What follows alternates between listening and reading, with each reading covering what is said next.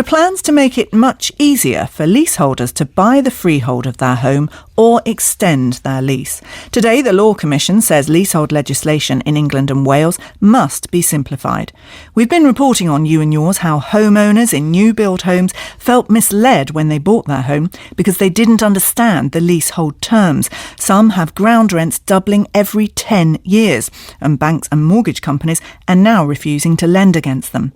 Billy Martin's from Bolton. His ground rent of £250 a year doubles every 10 years. I purchased my flat in April 2010. Taylor Wimpey advertised it on a Help to Buy, affordable, local people. The ground rent was £250 per year for 125 years of a lease. So it stated, and so the sales lady stated. I since found out that it doubles every 10 years and it caps off in the 50th year. £8,000 at the end of it per year. And the leases and the service charges and the permission fees and the estate management fees, it no longer becomes affordable. I've been quoted to extend my lease on a doubling between £25,000 and £35,000. Taylor Wimpey has said they want to help. It's no help, even if the Taylor Wimpey offer to RPI. I'm on a Help to Buy as well. I'm jumping out one frying pan and jumping into the fire if I sign this Taylor Wimpey deal. The last few months has been tough. I am struggling. I just want a home, that's all I want, and peace of mind. I've had to change jobs to earn more money to make sure that I can keep up with my payments. But there's only so many hours you can work in a day, and I've not had any holidays this year. I've been to Blackpool. You've got more rights buying an apple from the supermarket. Leaseholds, you've got no rights.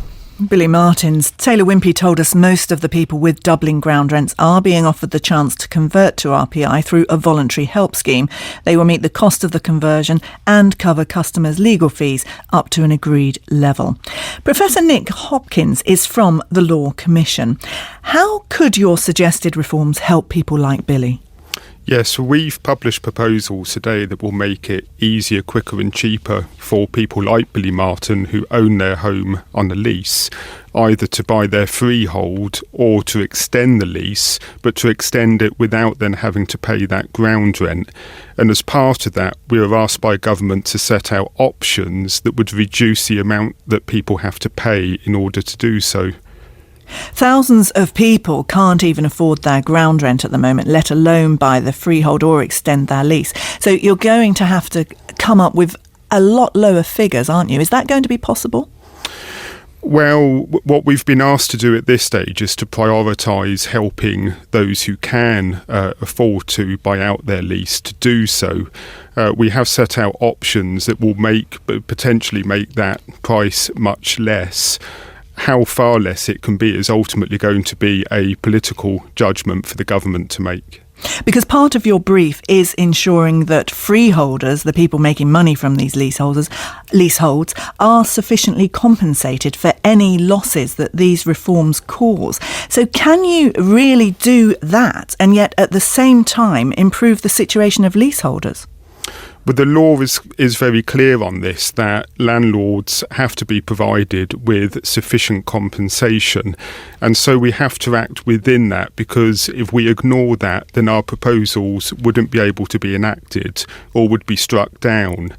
But there is, of course, a lot of debate as to what sufficient compensation is, and ultimately that will be for the government to make a decision. Isn't it kind of inevitable then that your reforms are going to leave leaseholders unhappy?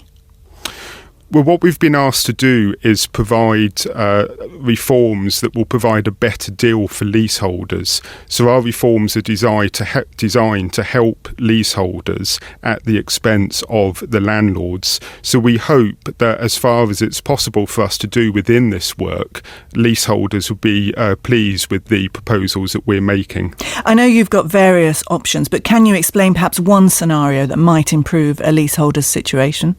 Yes, well, for example, at the moment, the procedure that people have to use in order to buy their freehold or extend their lease is one that seems to encourage conflict, delay and dispute and costs. And so we hope that by making that procedure easier, quicker and cheaper, that will help leaseholders. We've had an email from Michael Perry in South Wales. He says he found out that his lease will have a devaluation effect on his flat once the lease drops below 80 years, and no one pointed this out when he bought it. He feels strongly that he's been missold. There are an awful lot of people in that kind of situation, aren't there? There are, yes. When people buy their home on a lease, they are buying something that reduces over time. And that means that they will have to either extend the lease or buy the freehold. And understandably, people often feel that means that they are being required to buy their home twice. The government has promised leaseholds on new houses will be banned and ground rents on flats will be set at zero in the future. But people already with homes with ground rents won't be helped by this. Is there anything you can recommend that could make those kind of terms retrospective? But the proposals we're consulting on today will help those who already own a lease to buy their way out of that lease. So the proposals we are consulting on will help existing leaseholders. We will be consulting later this year on proposals that will make it possible to sell flats without using a lease, and it will also be possible for those who already own their flat on a lease to convert into a new form of ownership. Law Commissioner Nick Hopkins, thank you for coming onto the programme.